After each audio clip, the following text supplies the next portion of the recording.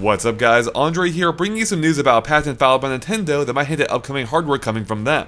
Okay, so about a year ago, some news came out that Nintendo might be using a new screen technology by Sharp that allowed them to create screens in shapes other than just a rectangle. So one example shown back then showcased how the technology could be used in a car, allowing you to use a screen with cutouts at the bottom for dials and other kinds of inputs. It's a pretty sleek looking technology that really opens the field as to what you can do with a screen. And thanks to a patent discovered by Disorientator over on NeoGAF, we now have confirmation that not only is Nintendo indeed looking at using the technology in some way, but it actually seems to showcase in what way. Because both the description and the diagrams that accompany the patent describe a handheld device. And in the diagram, we can see how the screen conforms to an oval shape of the controller with two cutouts for the thumbsticks. Now to clarify, this is just a patent, and these are filed all the time without the company actually making use of them, so this may not even come to fruition at all.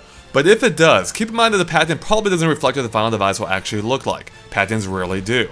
But with that being said, it probably does give us a pretty good idea of where Nintendo's thinking of going with this, again assuming they use it. Now what we don't know is whether it be for a new handheld device or maybe the NX controller, or maybe both if they end up being the same thing. But whatever it ends up being, I think it's actually pretty cool looking.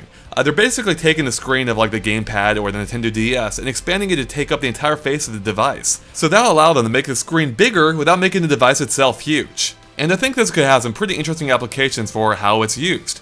Like for instance, in a Zelda game, you usually have the button displays in the corner that show you what each button does. Well, now you can put them right next to the button itself and tell you exactly what it does. Or maybe they can even incorporate the controls in the actual gameplay itself. Like for instance, having a control stick that acts as a missile launcher. So you just flick the control stick in the direction you want to shoot the missile and it fires directly from it. Okay, I'm just spitballing here, but I really do think there's a lot you could do with this type of screen. I mean, at the very least, it can just be used to extend how much of the world you can see. Now, I have seen a lot of people complaining about the fact that your thumbs would be covering part of the screen.